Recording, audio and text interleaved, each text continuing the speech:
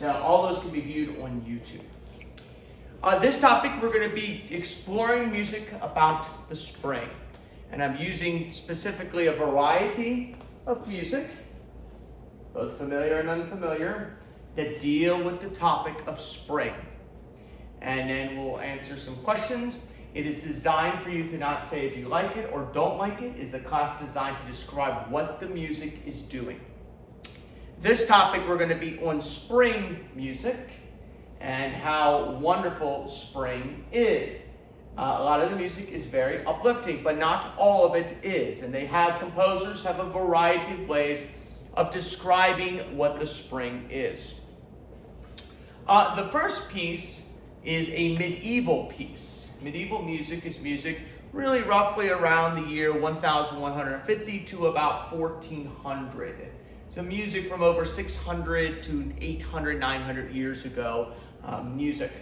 Early medieval music, a lot of the music was categorized as anonymous, meaning that we don't know who wrote it. And in those days, the music, it didn't really matter who wrote it because it wasn't copyright infringement laws, right? You couldn't steal a piece of music. They just wrote a piece of music and they didn't really care to specify who wrote it. There's a piece of music called Summa is icumen in, and it's one of the oldest and most famous English songs of the 13th century. This rota, or round, is celebrating the cuckoo's song and the new life of spring. I'd like to play it and take a listen to it. And this is from the 13th century. So this is music from 800 years ago. Probably no one in this room knows anything about this piece of music, and that is designed that way. So that way you can really describe what the music means and how it relates to the spring. Okay? So, and it's only like a minute. So we'll put this on the TV screen, and you let me know what you think of this piece of music, and we're going to describe it a little bit. Okay? Here we go. I want to sing. That's a commercial. I'm so sorry. And we'll get to, as soon as it comes on, we'll be ready to go.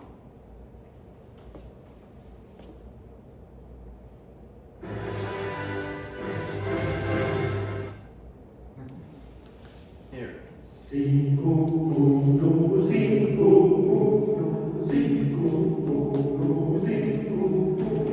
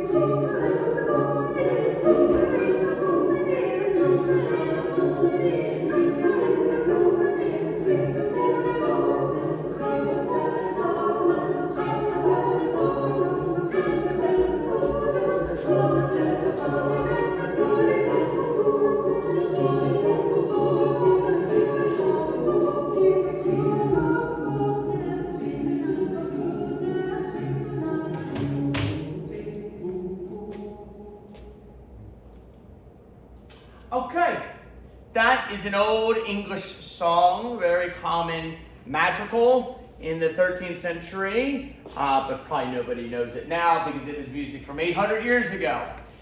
What's your thoughts on this music? Yes? New life, Oh, what makes it new life? because being from the territory, everything probably died through the winter. And now the ground is warming up and plants are That is an excellent analogy. Could you repeat it? 'Cause we could- Repeat it again. What I took of that was new life. The ground is warming up, the grass is starting to grow, the birds are starting to lay their eggs for the next generation. It's, I think, just new life in general, all of God's creation.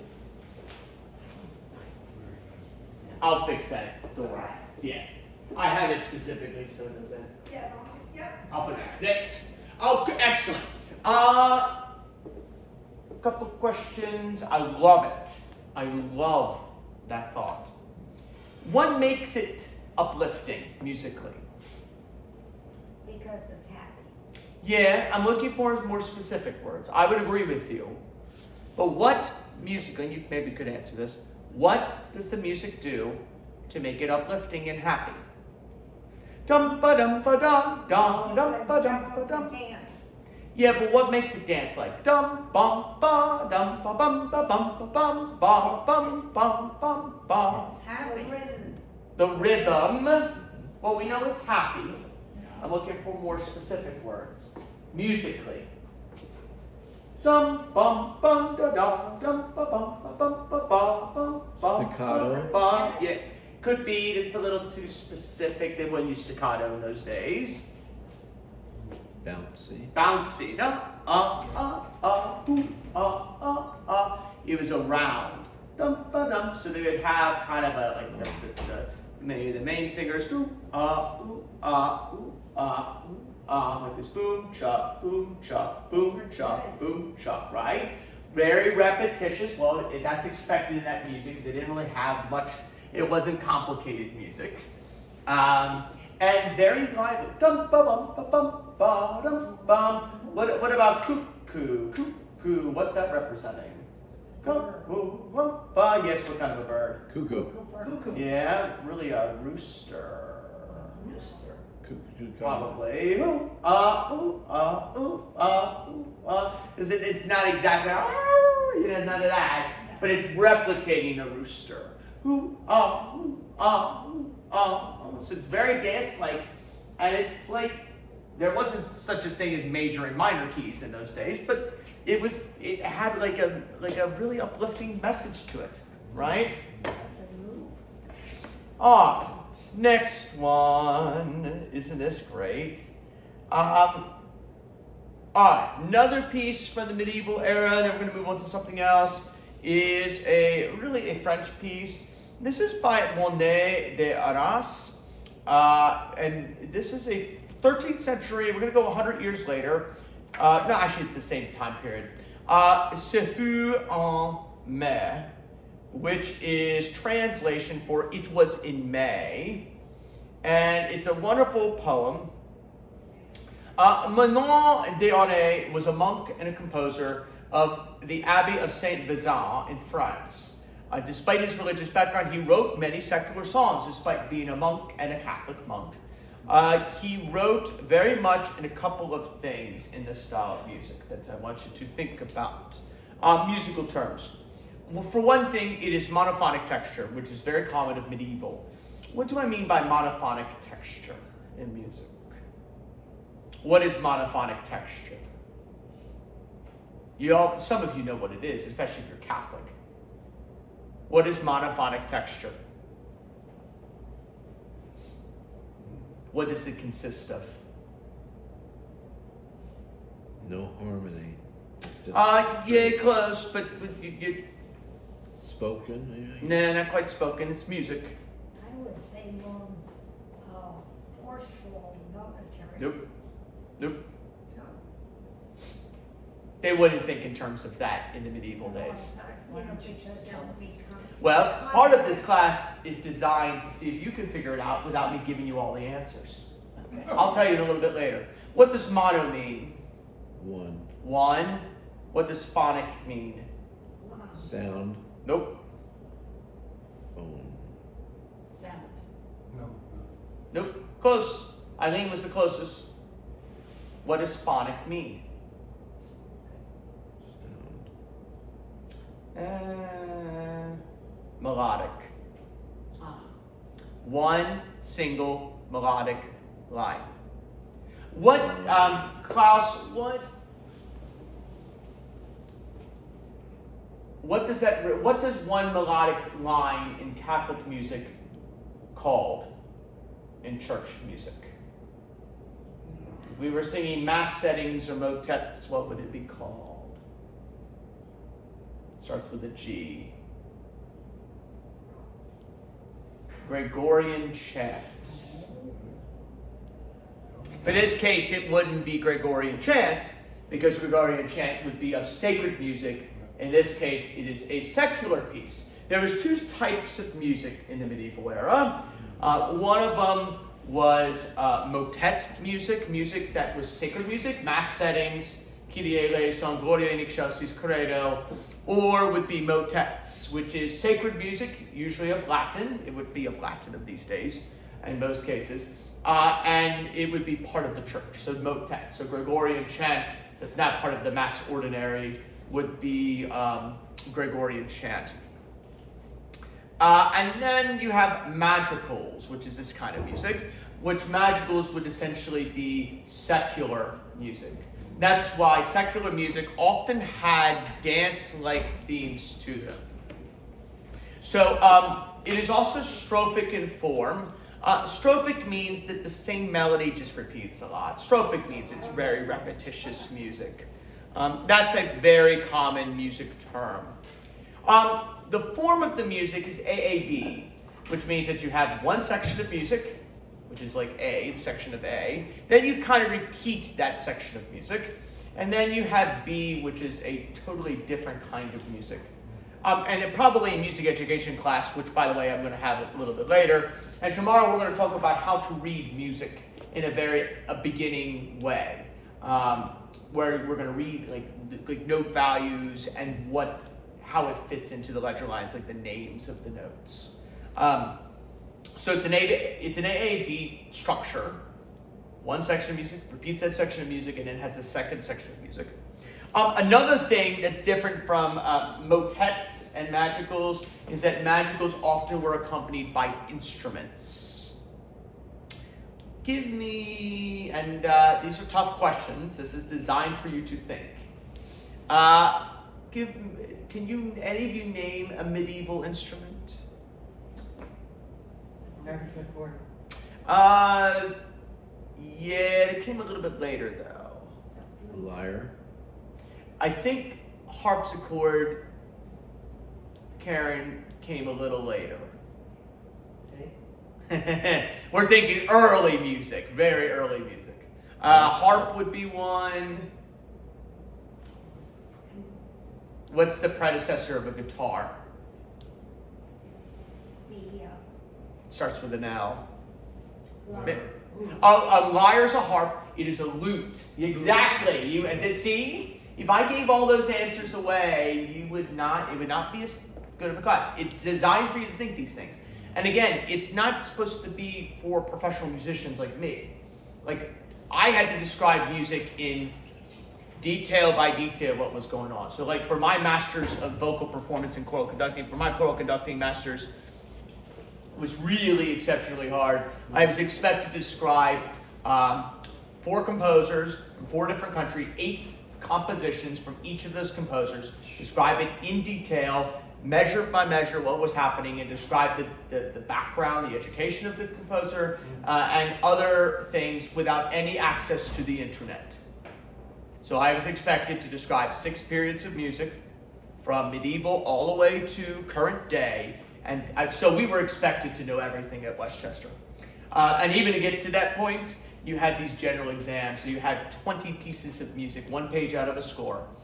1 page, didn't say what the name was. And I was expected to know who wrote it, what composer, what genre, 5 rationales, and give it a date.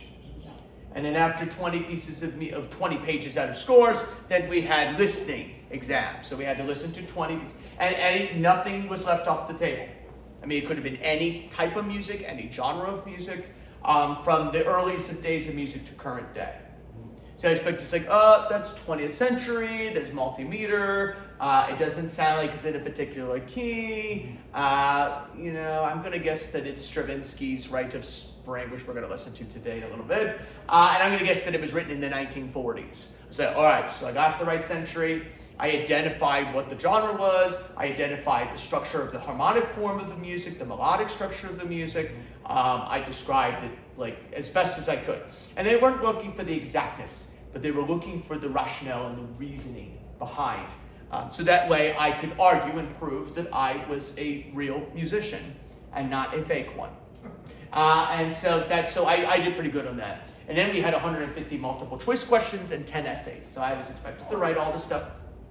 Then we had a 30-minute break, and then we had another 2-hour exam where I had to analyze 12-tone music, I had to analyze melodic forms, I had to analyze jazz music, and then analyze a Mozart piece and Beethoven and fugue, a Bach fugue or something like that. So that was before you got into undergraduate studies. But thankfully I passed. So I got to, and worse comes to worse, if you failed one of those exams, you had to retake the classes again. So the history, I got like a 90-some%. Like the history I did great, because I know history, I've known history, I've known like a lot of music in my brain, because through my undergraduate degree, and like a survival. The theory I almost passed. I failed by like 1 point, but that's a long story. So basically if you fail, you basically have to take remedial theory, which is like fine. But now I'm much better at it, because like with conducting, I was basically said, like I had to study, like I had 2 master's degrees. So I went through 2 years of graduate studies, did my recital, then I did my exam, then I went back for a second master's in choir conducting and did kind of the analytical side of music versus the vocal performing arts side of music. So I did that and I graduated. The conducting one was a lot harder because we had full conducting scores and not just piano music. We had full conducting scores and I had to know measure by measure what was happening in the music. I had to know everything about that piece of music. How to conduct it and how to teach the strings. And I taught 3 college choirs how to sing. Even to get to the conducting, I had to teach the Symphony of Psalms by Stravinsky, which is our piece for 120 voice choir. And I had 20 minutes to teach them this really dissonant music. So I was like, all right, let's start movement 1, measure 2, go. All right, no, tenors, you're flat. It's a B flat, it's not a B natural. Altos, a little bit louder. Sopranos, I need you to sing less volume. Tenors, look at me for once. No, tenors. It's a C sharp and it's an 8th note, not a 16th note rhythm. So that kind of stuff I had to, like, that's my job, is kind of to analyze if it's like what is wrong with the music.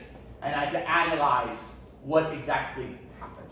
So that was my educational background. So I'm not expecting anybody to have encyclopedic knowledge of music like I do. But I want you to kind of have an appreciation and explore music that is kind of new. And that's why I don't want to give you all the answers, because I want you to think about the music in a way that you could come up with the answers. Make sense? Yeah. Let me read this. This piece is actually in French. And I know, I'm sorry, partially the fan is on and all this stuff, and I have the windows, I'll turn that fan off. Sure.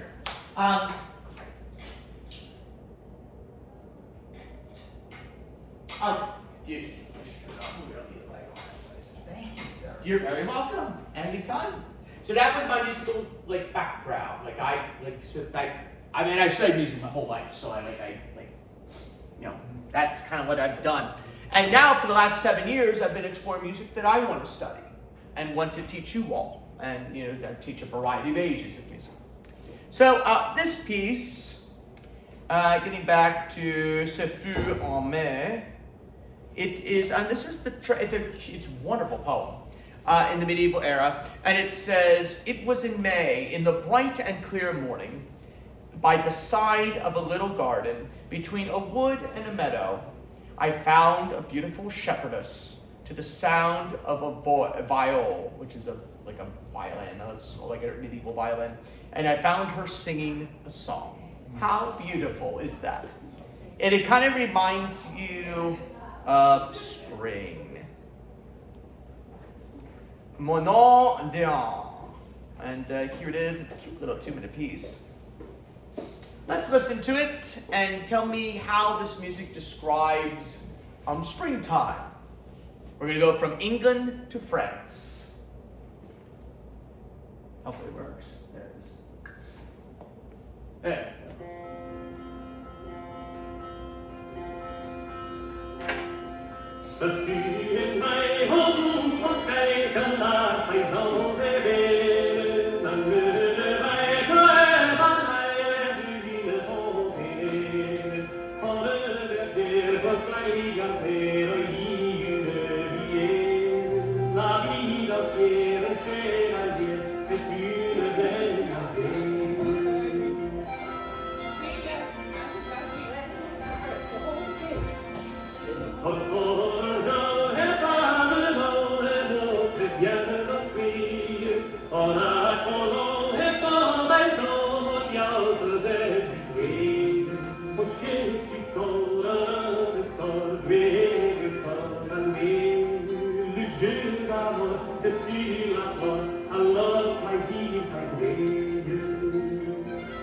And I think that's good enough for now. He kind of gets the main point of the music. What do you think of that music? Now this is a little bit harder to describe because it's in French and doesn't have English translation. But I purposefully did that to make it a little bit harder. How would you describe this music, and does it bring spring? Yes. How so? Well, it's happy, it's Mhm. bouncy, it's energetic.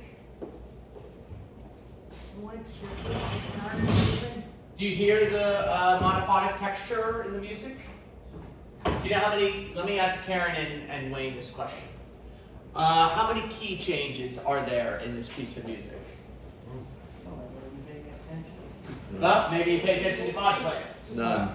No, it's not none. It's not none. One key. That's all it is.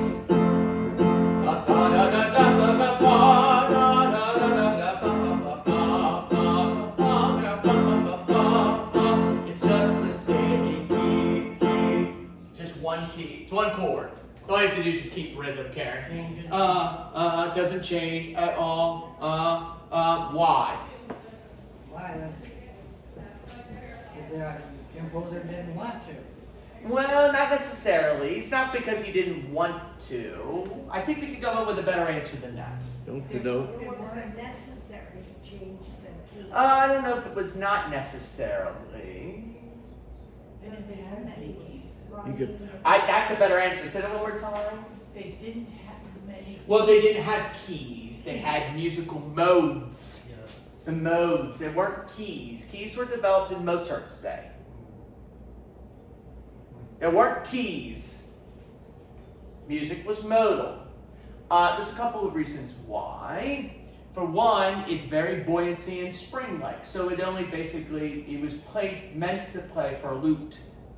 And a lute likes to do one chord. Bum, bum. And it was very dance-like. Bum, bum, bum, bum. It wasn't designed for a piano. It was designed for a lute. Number two, it was more simplistic. Right? So because like the motet music, the medieval music, I will admit something. I struggle with listening to church medieval music. Because a lot of it's dense and boring. Not all of it, but a lot of it is just like, it all sounds the same. Like I had a class on music, I can't remember. It was music history class, or one of the classes. And we studied like medieval music, and it basically all sounds the same. And you had that, like, it all sounds the same. Because they didn't have much variety of music. You either had motets, which you sang at church, which was all Latin. So if you didn't know Latin, sorry. That's basically was your church service. Or you had madrigals, which you kind of knew. And people loved it because you played it outside. But they didn't know, like, they didn't have as much. They kept it simplistic for a reason. Because they didn't have much variety to have in music. I mean, musical theory was developed by the ancient Greeks. So we had music for thousands of years, but they didn't really have much to work with. Who were the musicians usually that wrote music? What kinds of people wrote music in these days? Church. Sure. Well, yes, but what were they? Monks. Yes, that's what I'm looking at. Monks and priests. Why? Usually, not always. Why were the musicians usually of church, even the secular pieces? They had the opportunity for the exposure of Right. the word. Well, they were some of the few that learned how to read music. And to read. The middle class did not all of them. I don't want to put all in a category, but a lot of them in your kinds of groups of people, middle class, they didn't know how to read. They weren't educated well enough in those days. Do you know what the age, like, you know how long a normal middle class person would live to in those days? 40 or 50. 40. They didn't live that long. They didn't really have retirement homes. Oh, they didn't have the. They did. I'm sorry, they didn't. If you got shot, well, they didn't have guns, but well, some of them did. But if you got like stabbed by a sword, that was basically the end of your life. They didn't have doctors or ambulances and stuff. So the people who were educated were two kinds of people.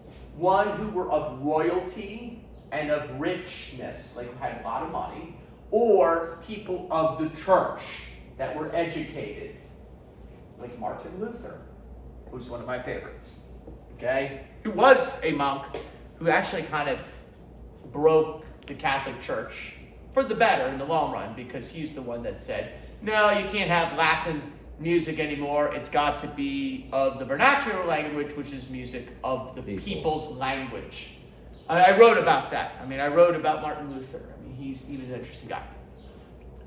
So it's very simplistic music. Does it capture the mood of spring? Yeah.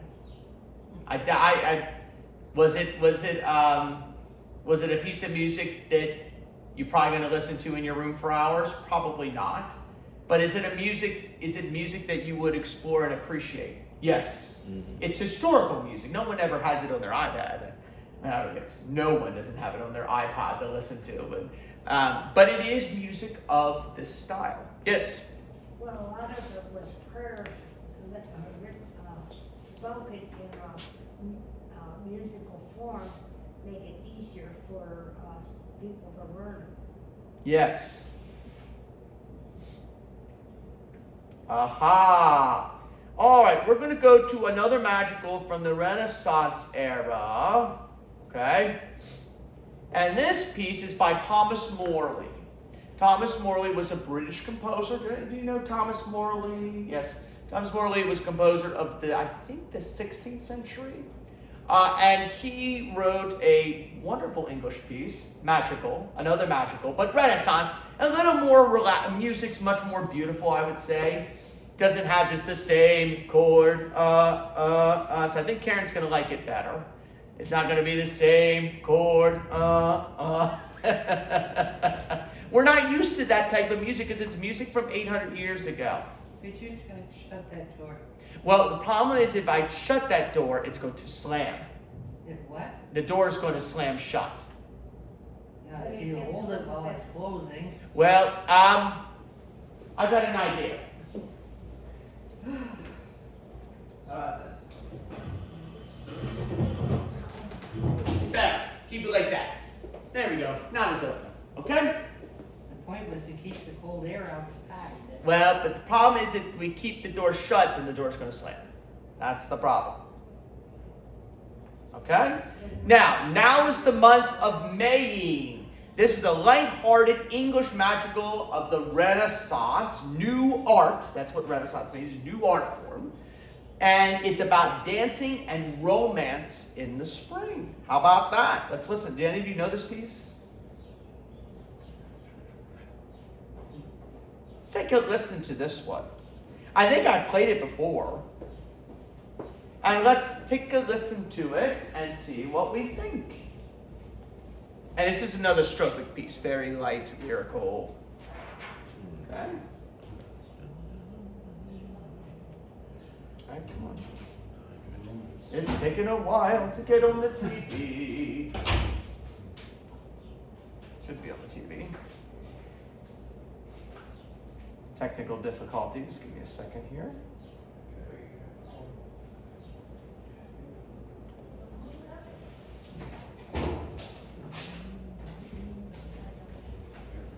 All right. We'll get to it.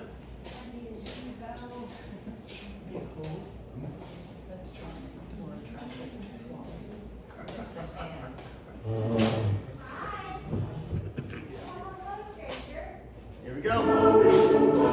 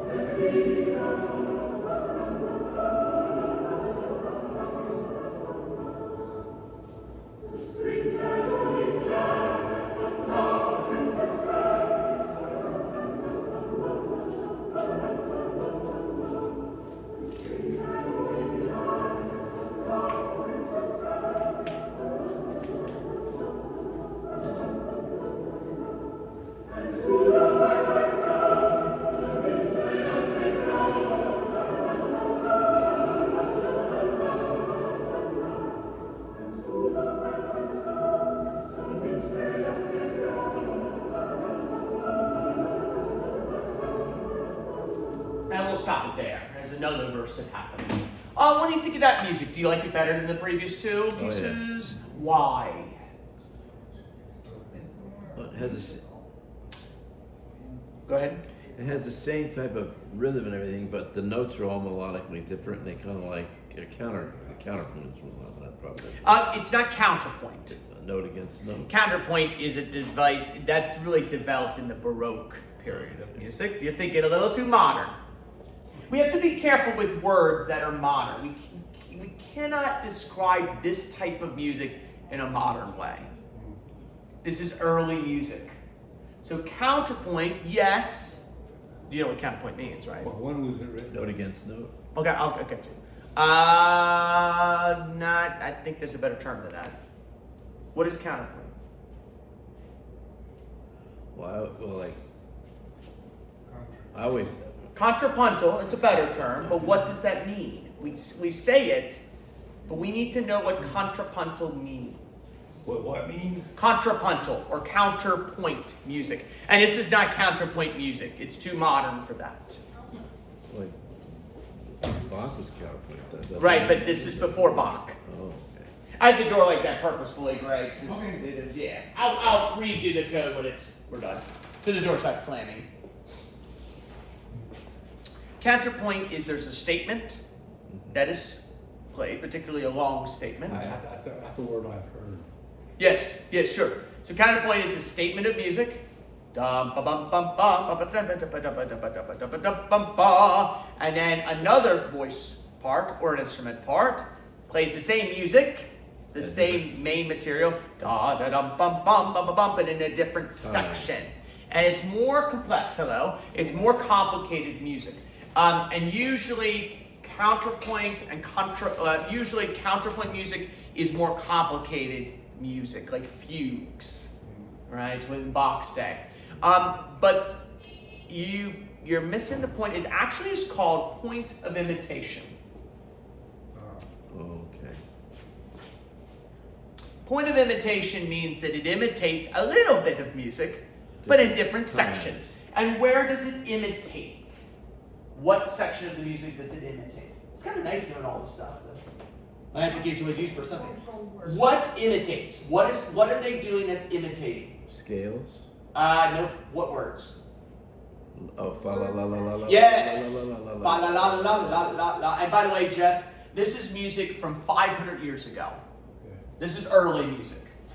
So the fa la la. What happens with the verses? How would you describe that music? Does that imitate? Well, Or does it not imitate? The words are the same. But what's the same? The rhythm. So that, therefore, does it imitate on the words? Or does it not imitate on the words? Oh, I can only see what I see there, and it's I can go a little bit further, sorry. The language. There it is. Do the words imitate or not? the words actually go right with the notes, don't they? Right, but that's not the question. Question is specific, and it deals with, this is fun, I like this, it's a little bit hard. The question is, do these words, do a voice part imitates another voice part in this type of music, or does not? It's a yes or no question. Does it imitate, or does it not imitate? What do you think? Yes. No, Doesn't? it does not imitate. The fa-la-las imitate, the words do not. Do these imitate each other, or do they line up together like a hymn? Okay. To me, it lines up as a hymn. All the words are lined up, which means that it's one of the most common functions of music, which is homophonic music. Every part singing the same words. The at same time. words. So that does not imitate. Okay. Because in order to meet the criteria of point of imitation or contrapuntal music, there would have to be words in different parts. There would have to be one voice singing one part in one section, and another voice part singing in another section of the music, and does not line up. If it lines up, it is not contrapuntal music. It would be homophonic music. What's the difference? You know what homophonic means? The music all lines up together. So like when we sang, Polyphonic. like a hymn is homophonic music usually. Whereas the hallelujah chorus on the da da da ba da ba ba, that might be in a different section from another voice part. That is called polyphony. Polyphonic. So that, so the music, it lines up, kind of interesting because we get a little bit more technical with this music. It's like a hymn at the beginning, even though it's secular, so it's homophonic, one section, and then you have this fa la la la la la la la la la la, which is polyphonic, a little bit, not too much. You don't want to use counterpoint, it is not counterpoint. But it is point of imitation, it is imitative music. Do you like it? Would you use the word linear in this at all? Because it doesn't jump yeah. around. It You doesn't. could say linear. You could say linear. It's simple. It's simple music. Nothing complicated about it. It's a lot of repetition. Does it meet the criteria of spring? Yeah. I think so. Good. Kind of the same idea. Uplifting music. It's different than winter. Winter music was all sad and doom and gloom. This music's more uplifting. That's why I specifically, 4 times a year, I do music specifically on a season, particularly when it changes the season. So I typically, 4 times a year, I typically design where we have one session on winter, one session on spring, one session on summer music, and one on the fall. This time it's spring.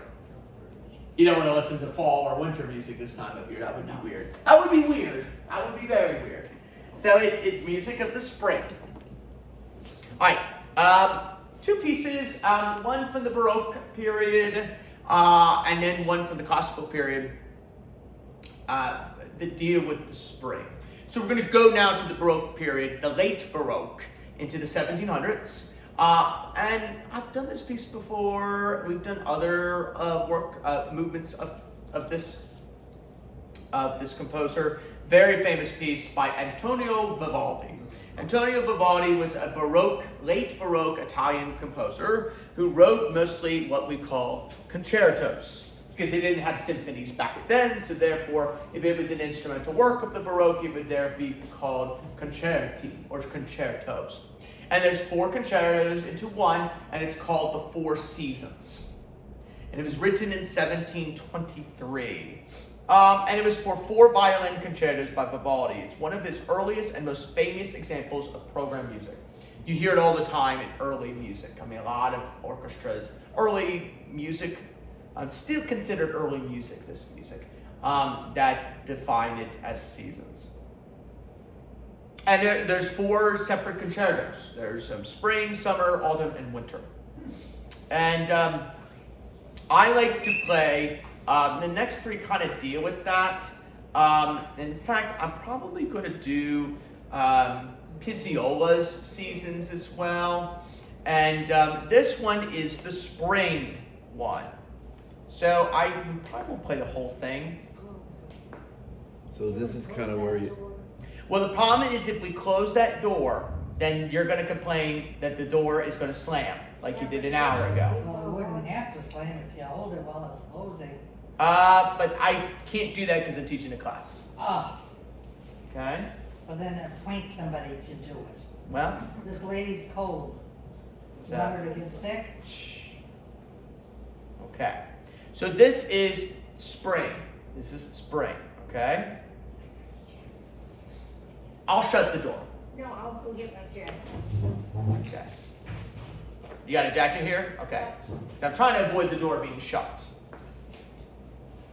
There we go.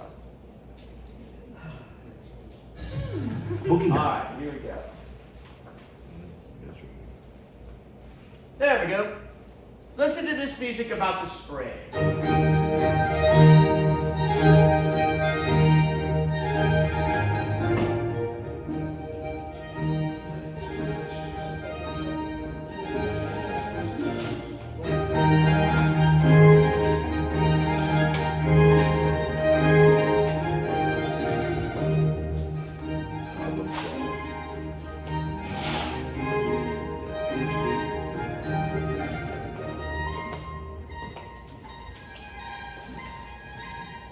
I like this stuff. See the birds.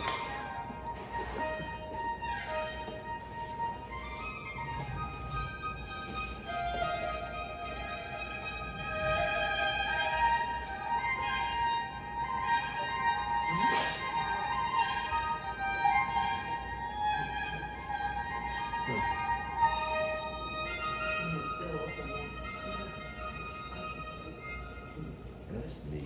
Harpsichord in there.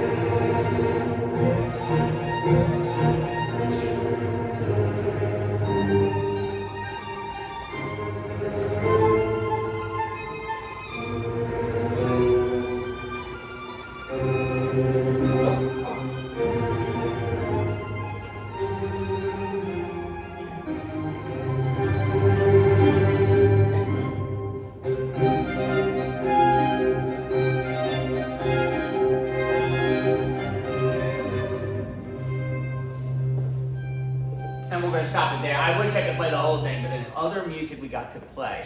But you got kind of the main idea. What do you think of that piece of music? Does it replicate spring? Definitely. Okay. How so? Well, you can hear. You can hear all the parts of spring. I think you can hear the awakening of everything, and it's the brightness. bouncing. Would you describe this music as dance-like?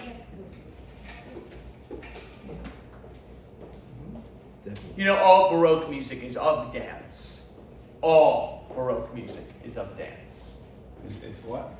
All Baroque music is music of 1600, roughly 1600 to 1750. And all of the music is of dance, of that type of music. It is. It's true. And I've analyzed tons of Bach, tons of Vivaldi, tons of Handel,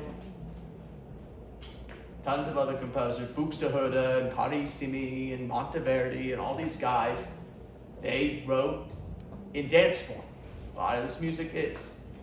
All of it is. Do you hear the spring nature in it? It's lively. It's lively. I think it's even more complex. It's definitely more complex than the previous music, isn't it? Well, we're going to listen to something a little bit different. That was a response to Antonio Vivaldi. We're going to go from Italy to Argentina. Astor Piazzolla is an Argentinian composer of the 20th century, and he wrote his own Four Seasons. And I played some of his because I like to compare the two. And this is Astor Piazzolla's Primavera Porteña, which is Spring in Buenos Aires. And this piece was written in 1970. And it was really kind of as a response to, it was like really near the time, like over 200 years later, of what Vivaldi wrote of his Four Seasons. But Piazzolla's is much more urban, much more gritty and sensual, reflecting on the Porteñeros, the people of the port city of Buenos Aires. And it has what is called a nuevo tango, which is Spanish for new tango music. And it was written for a quintet, which is a bandoneon, a violin, piano, electric guitar, and double bass. So we're going to listen to the Buenos Aires, Astor Piazzolla's, from his Four Seasons, Primavera, which is spring, Porteña, which is Buenos Aires. So let's listen to this one and give it a shot.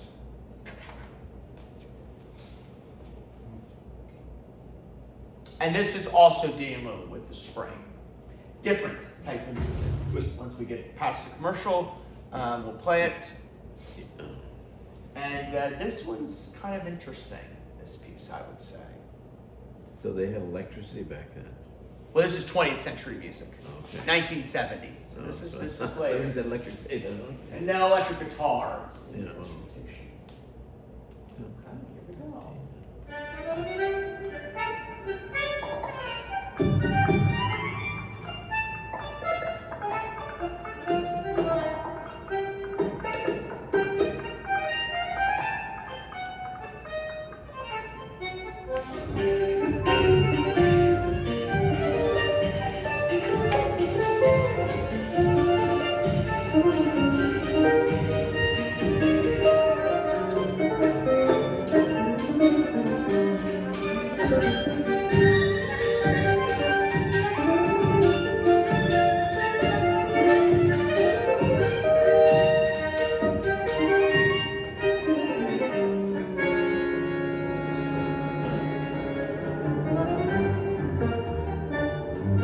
This would be defined as a tango, which is another dance form. Nuevo tango, a new type of tango.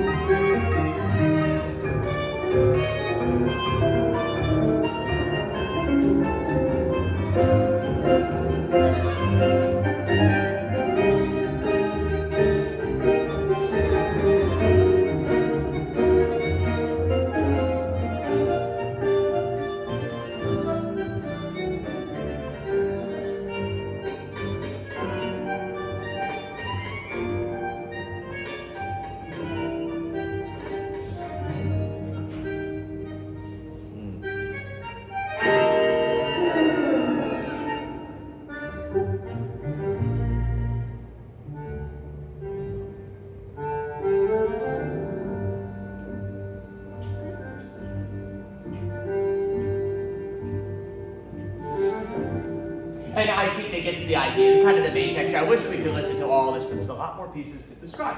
So, what do you think of this piece of music? I loved it. How so? It was so melodic.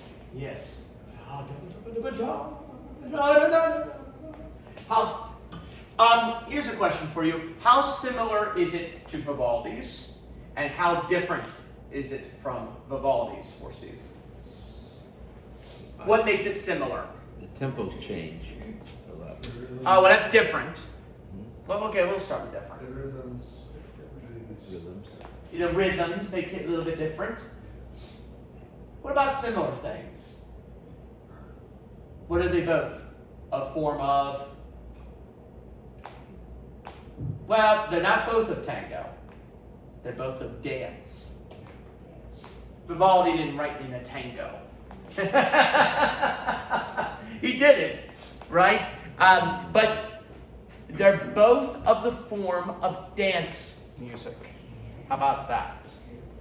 Pretty good. Excellent. You know what's Yes. you see, it would really be nice is to see people doing this dance. Like they do a lot of these things in some of the Some of them do. I have in seen. the 007 movies. They do that. Yeah, the dance. Yeah, it's kind of nice. I like hard Piazzolla. to He's a very interesting composer. I like his music. I play his what's that piece called? Da da da da da da. Da da da da da da da da da da. It's some kind of a tango or something. But I play on piano. It's really nice music.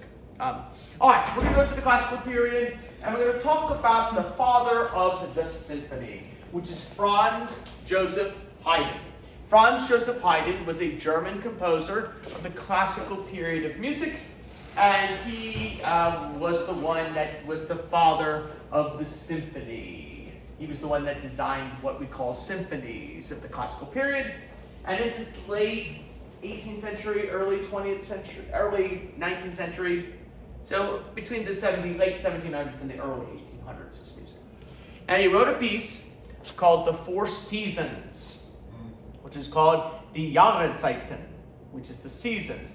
And we're going to listen to the spring. He also has four seasons in his oratorio, which is a dramatic work that is for chorus, non-staged, and often has characters. In this case, it's a secular oratorio, and it uses the four seasons.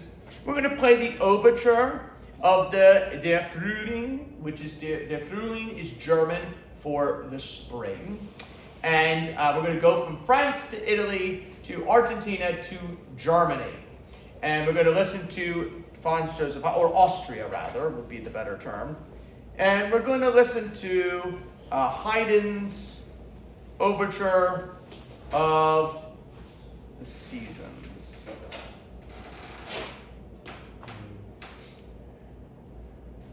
Okay. So Vivaldi had seasons, and so did Haydn.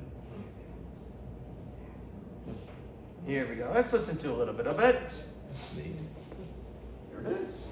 So we're going to go to the classical era of music, the Enlightenment period, and Franz Joseph Haydn wrote a piece about the spring, and it's really categorized in his overture. Once it works, hopefully. I'm going to have to get out of this and go somewhere else here. Do it again. Sometimes the connection doesn't really work. Okay, there we go. So once we get past the commercial, we'll be good to go.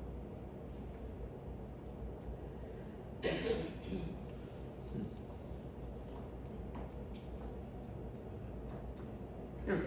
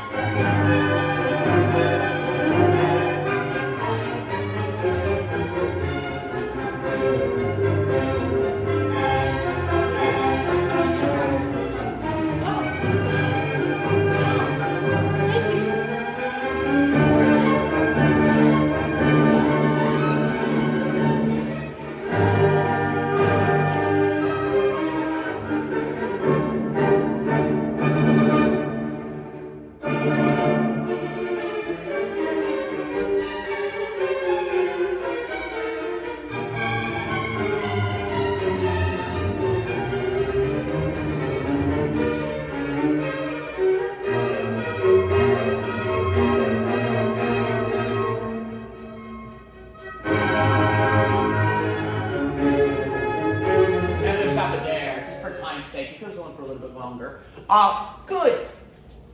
What do you think of that? And that is an overture symphony. What describes it as spring-like? What makes it spring-like? Definitely dancing. Dancing. Well, we're going to talk about that. That's actually a good point to that camera. Right. So, is all the music loud in this overture? Nope. Nope. Louds Not and- all of it. Louds and softs and louds and softs. Right. Depends who's holding the controls. Well, no, that's not good. But the music, I'm going to play on the piano just a little bit of it.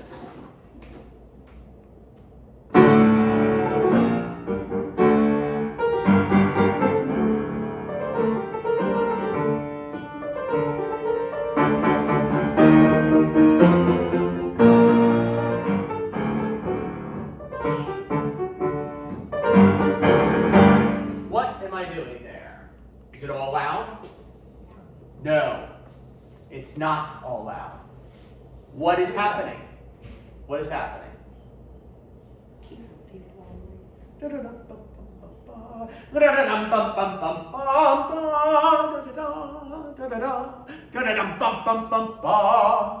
What's it doing? Changing volumes. Yes, forte to piano immediately. Because the piano is forte, like piano forte, forte piano. It would get loud and soft because that's what the piano did back then. It didn't have mezzos as much in the classical era. You either played it loud or you played it soft. So the contrast between loud and soft and how quick the change is.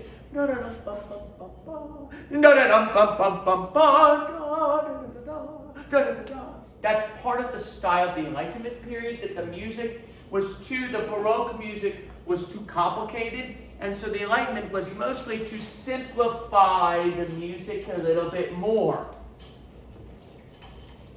So was it all loud? No. Was there sections where it was loud? Yes. Was there sections where it was quiet? It would grow, really, kind of like. Now, I'm going to use another analogy. What happens in the season of spring? They change, don't they? It's like, I describe it as bipolar season. It has really strong rain, it's a storm. And then the next day is a nice sunny day out in the 70s, you can sit outside. And the next day might be a tornado. And the next day might be a nice, clear, you hear the birds chirping. That's sometimes spring weather. It's replicating what happens in our season in the spring. It changes. It changes. There you go. I love it. You guys are really good today. You learning something from this? So, and a characteristic of classical music, classical era music, is music. One of the characteristics is the forte piano. Da, da, da, ba, ba, ba, da, da, da. I had conducted orchestra of the Overture of the Seven Last Words of Christ by Haydn, and the orchestra wanted to do everything mezzo forte. Like they didn't want to go more; they just did everything mezzo forte. I said, no, this is not Haydn's music. Haydn is da ba da ba da da da da da da da bum bum bum bum bum bum bum bum rum ba. Forte piano. That is a common feature of classical music. You hear it in Haydn symphonies and Mozart symphonies and even Beethoven symphonies, although Beethoven's a little more modern, he's a transitional composer. But a lot of those, especially in Mozart and especially in Haydn's music, both Michael Haydn and Franz Joseph Haydn, is loud, forte, loud and soft. Immediately loud and soft. Yes? I noticed that when we're changing from winter to spring, it takes 3 attempts before it actually gets spring. And that's what he's replicating. And another salient feature is what? What key were we in?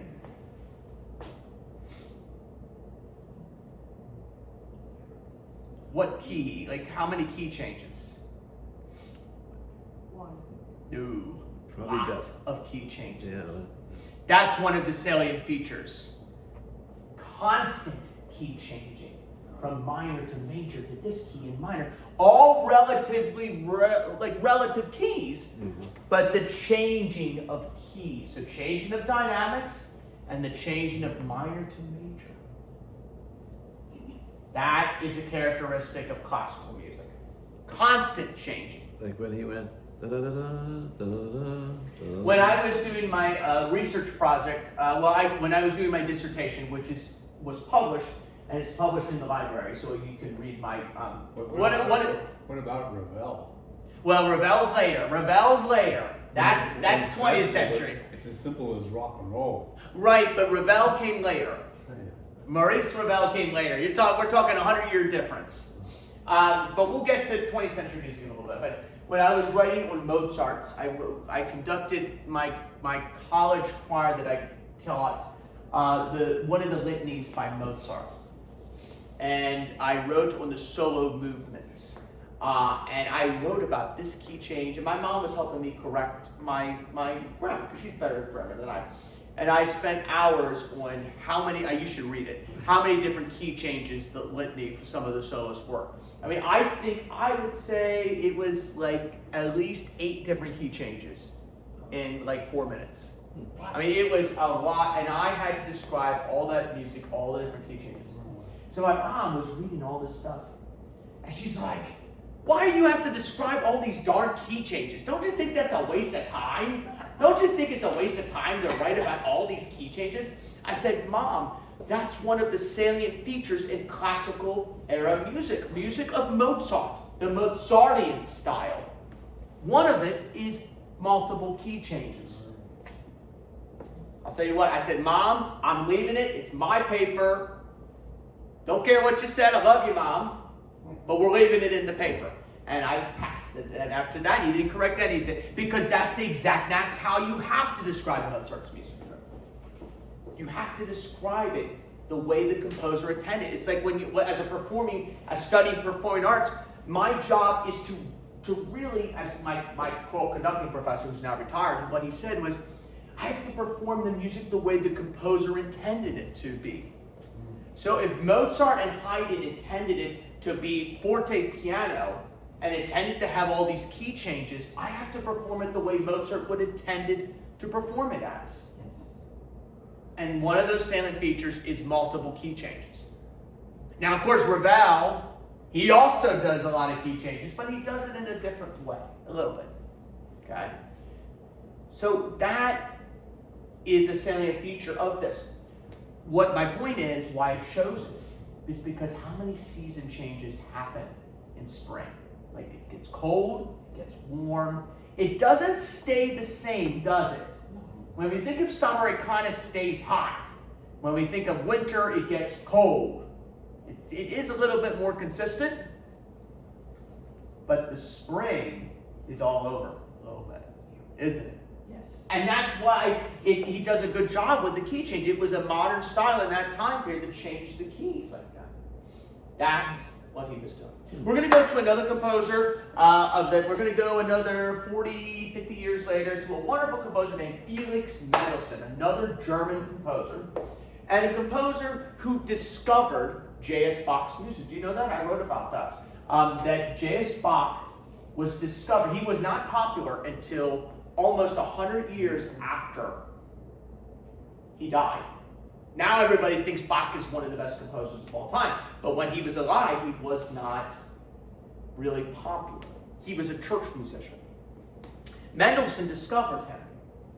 And Mendelssohn loved the early music of the Baroque and the classical music. He loved it. He particularly liked Palestrina and his music. Giovanni Luigi de Palestrina, who was a late Renaissance Catholic composer.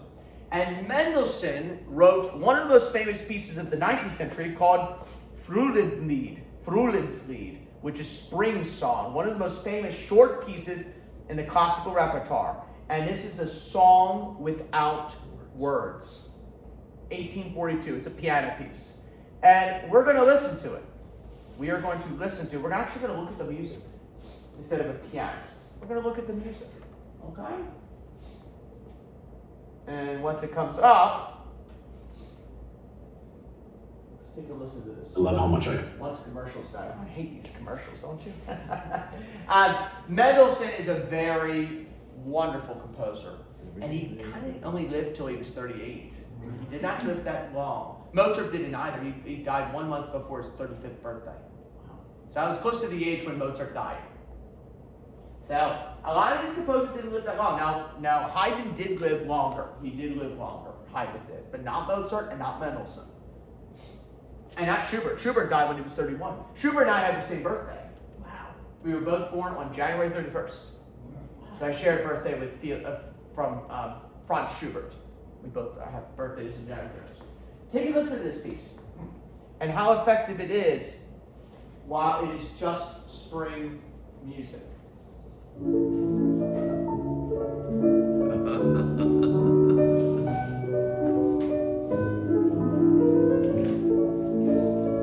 And this is about the spring.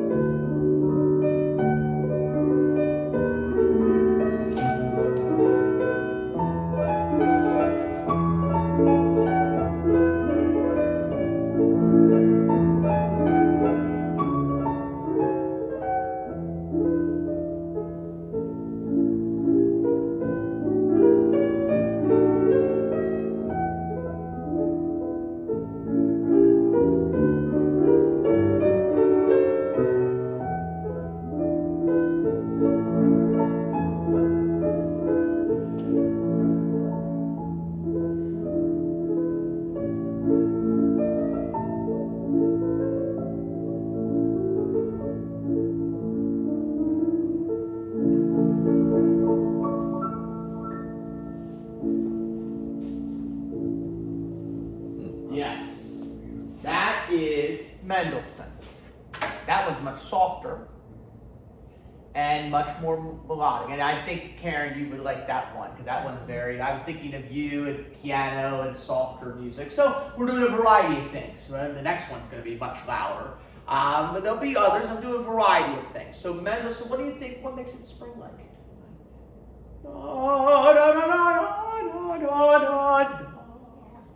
Happy. It's in the key of what? What key signature are we in, Wayne? A. A. Major. Major. This is important because now we're in keys now. So we're in A major. Gorgeous piece. I think of like a weather like today. Perfect weather.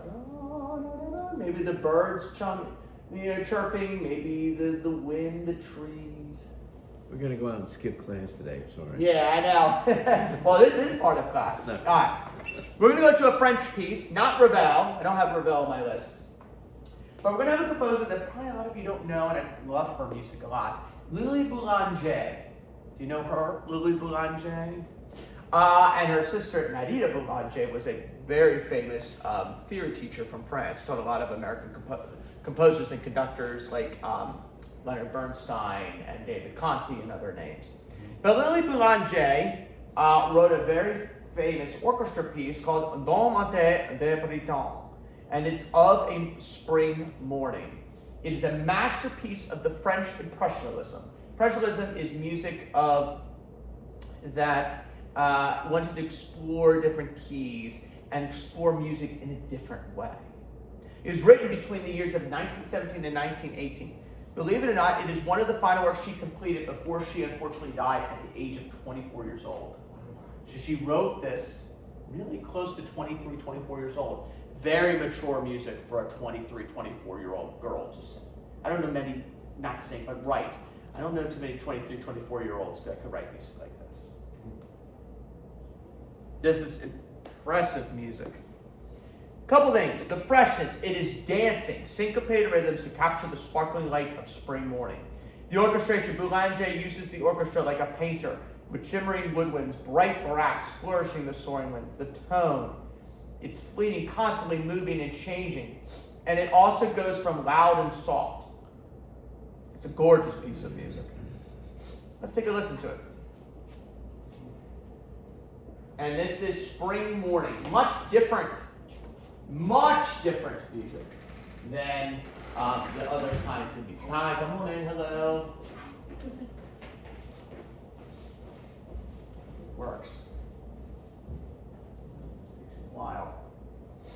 That's connected here. There she is. Here's this piece.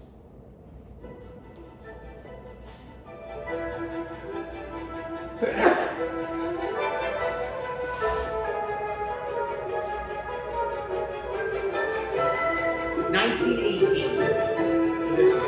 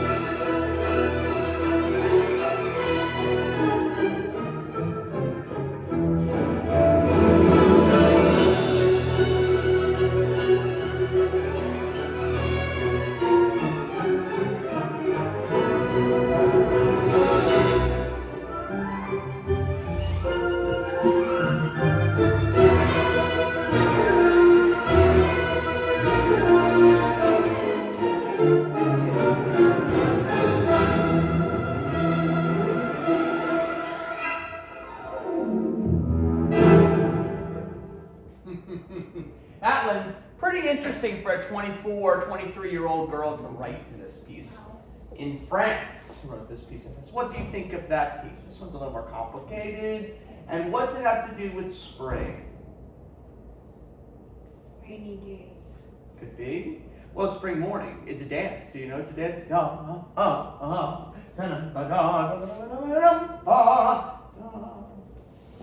What we call neoclassical music.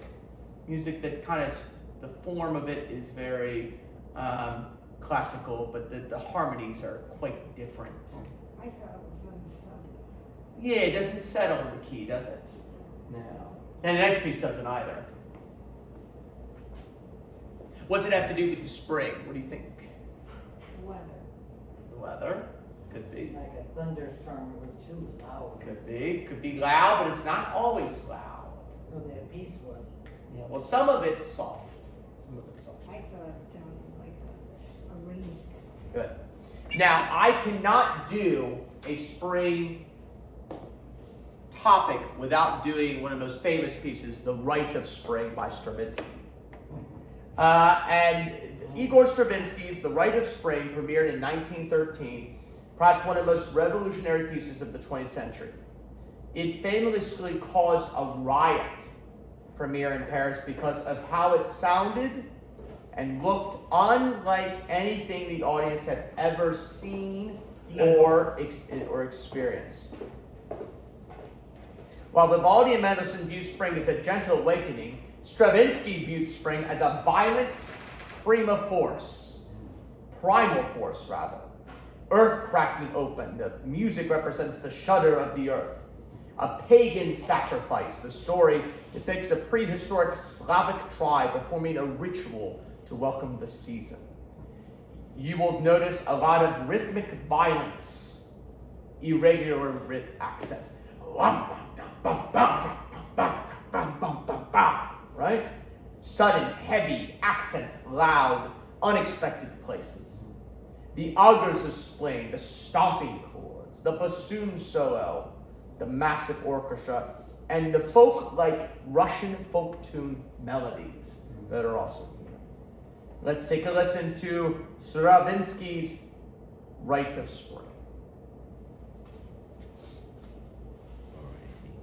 We won't listen to the whole thing. The whole thing's about 35 minutes, 30-some minutes long. Let's get to it.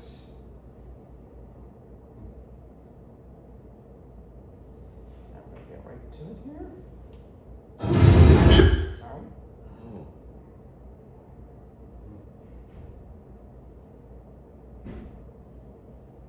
Almost there. All right. Stravinsky Rite of Spring.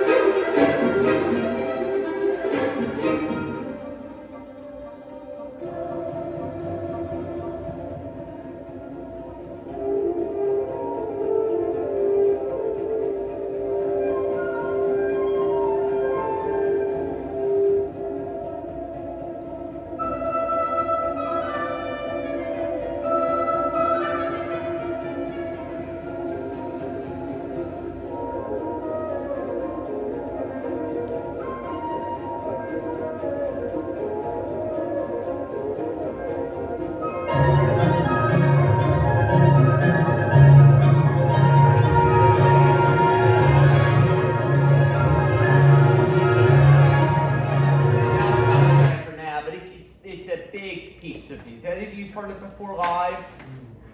Yeah. It's interesting. What makes it spring-like? It's different. Sounds like a thunderstorm. Could be. It's a different way of taking spring, isn't it? Do you like it? No, not the way that was played. Yeah, well that's how it was written. No, it was one F and nowhere did I see four Fs on this. I have pi written as 2 Fs, which is loud. It is loud. It wasn't supposed to be that loud. I think it was. Sorry. Question. Stravinsky was here, you could say it was not that loud. Yes. So then This is you written put when now? four It's Fs down 18, instead of one. 19, right? 20th, 19th. What? It's written in 19. 1913. What composer in the 1700s do you think would like this? It was. If they would I think it would be fascinating. Question. I think they would be fascinated by it. I think it would depend on the composer. They would be fascinated by it. As soon as I saw this, I thought Mozart and what he would say. Yeah. Too many Huh? notes. Yeah, well, they wouldn't like it. They would probably be shocked by it. You know. That'd be interesting. One more gun. I thought it was extremely stormy. Yes. I think that's what he wants. Tornadoes, hurricanes. And there's all these different keys, like this one. The most famous part, I feel like, is this one. What is that? Doesn't really. What is that?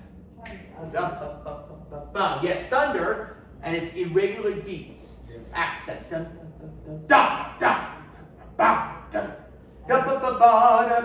it goes. Then we have like this key, and kind of like this.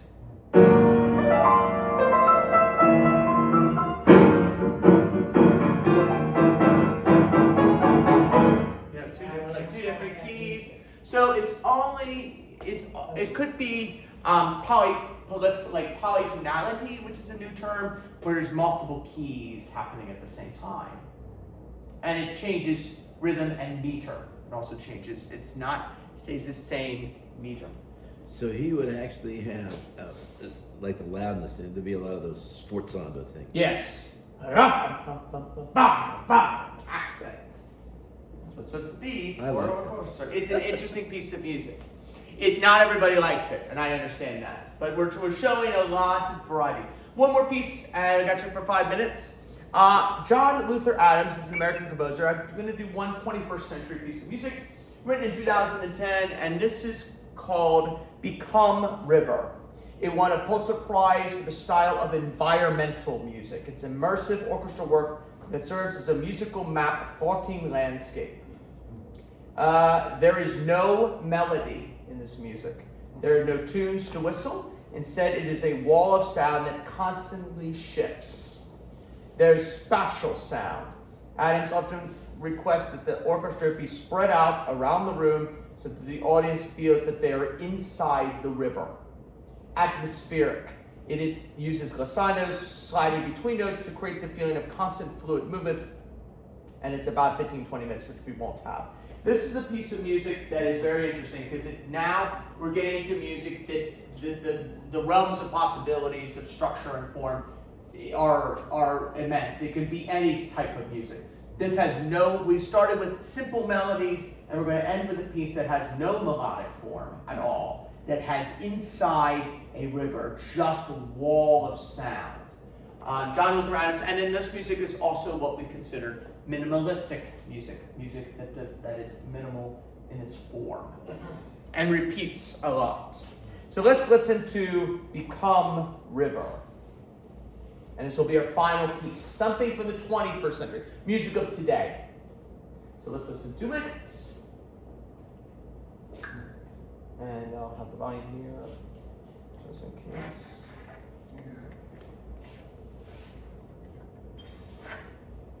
And let's see what this music sounds like.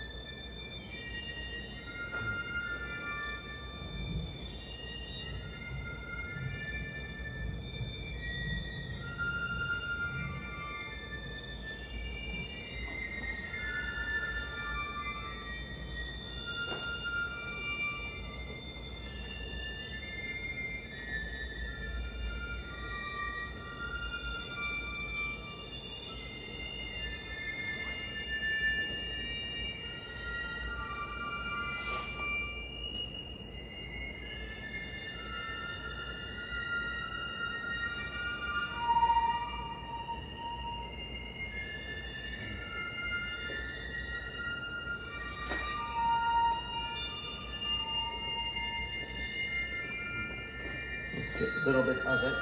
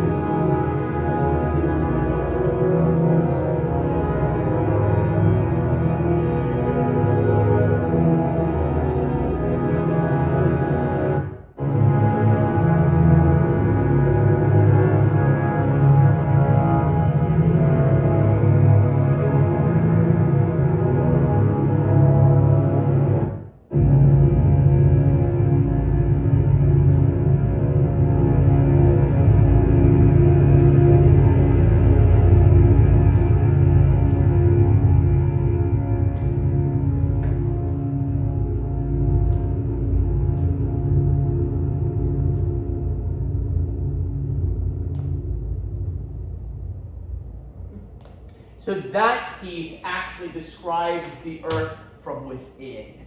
It starts on the highest possible pitches from every instrument in the lightest tone and ends the piece 15 minutes to the lowest the instruments could play at the lowest dynamic. That piece is interesting because it actually represents the audience to take place of the river from the depths of the earth. And so that's what it's replicating. Atmospheric music, minimalistic music. So the whole piece is this atmosphere. It doesn't have a melody line, doesn't have anything that has a melody. It's just this wall of sound. What do you think of this music? I like it. It's very creative. Okay, one at a time. Good. I think it sounds like we're in a big city with a lot of modern machinery all the It time. could be that, but it actually is representing a river. River. I never heard a river run like that. Well, but inside the earth, underneath the water, it sounds like that. That's what it's representing. Not where we perspective, but the perspective in the sea, the river, what it's like inside the river, how it's created, how it's formed. That's what it's representing.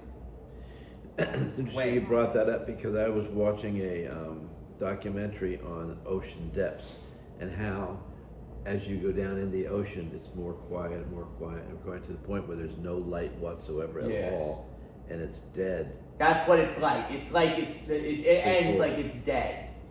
The music. It's supposed to be inside the river, and how the waves go faster as the current goes on, depending on the season changes.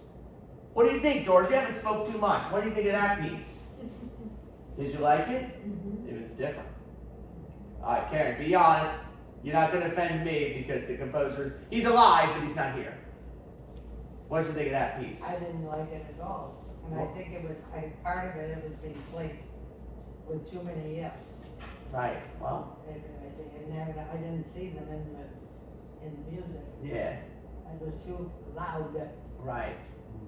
Softer might have sounded better. Yeah. And I contrast the fact that that's because we're exposed to so many more noises. Right. Well, this is music of today. So, I mean, that's how he writes. He writes in the same, not much change, like Stravinsky, much more kind of the same kind of music, which we call minimalistic. It doesn't change much motion in the music. What do you think, Eileen? Didn't like it. Didn't like it? It's not, it's different. It's very modern and minimalistic. Klaus? It's entirely different style. Yes, entire. That's why I chose it, because it's different than. Yeah. But does it represent spring? No. It does represent spring. Crispy. It does, actually. Maybe to you, not to me. Well, it's meant to be spring because what happens is season changes, so it changes the current of the river. It actually is about spring. Well, I know that he meant it to be about it. And Yeah. John Adams, he's an interesting composer. My spring is a lot more melodic. Right, well, and we did songs like that. But this music is much more modern, postmodern music. It's very much of that style. So we listen to music from medieval all the way to modern day music with a variety of styles. One theme though, all this music had to do with the spring. And I knew some pieces you weren't going to like, and I knew some pieces you weren't going to love. But it all represented the variety of spring music. Is interesting? You're not going to be humming that last piece, I can guarantee you. Hey, Tony, this is what I listen to at the dinner table. She's going to think you lost your mind. But that's what it is. It's not a piece you're going to be humming. It's not Moon River, wider than a mile. Oh, no. It's interesting. It's not younger than springtime. Yes. Not that I was stand up trying to, but when he was doing that, those same rhythms, literally the same rhythms they were playing in Mamma Mia. Yeah. But different ways. I mean, that's why I think it was, people would always ask me, and they probably ask you too, were you classically trained? Okay, yeah. Because some of the things you do don't sound like, technically they sound like you've been somewhere and you've done something, and why does it sound different than when you play? Yeah. You know, like this, or you play like dun dun dun dun dun dun. And then Well, all you're of a doing sudden- arrangements of pieces. Right. So, It's cool. I like Yeah. it. I think it's interesting. well, I want to thank you all. I hope you enjoyed this class. In a couple of weeks, we're going to be looking at women composers and women's role in music. A variety of women. We're going to look at Lili Boulanger. We're going to look at Hildegard von Bingen. We're going to look at Amy Beach. We're going to look at Lori Laitman. We're going to look at women's role in music. And it's going to be awesome. And we're also going to be looking at Ave Maria, which is one of the most beautiful settings about Mary, full of grace. And I hope you enjoyed it. I mean, this class is designed for you to think about the variety of music that describes one theme. It's not meant for you to sing along and do it, you know? It's a different type of class, and I hope you enjoyed it. And I'm glad to teach you this music and do some research on this music for you all. Thank you. Happy spring, all right? Thank you. Thank you. Thanks. Blessings.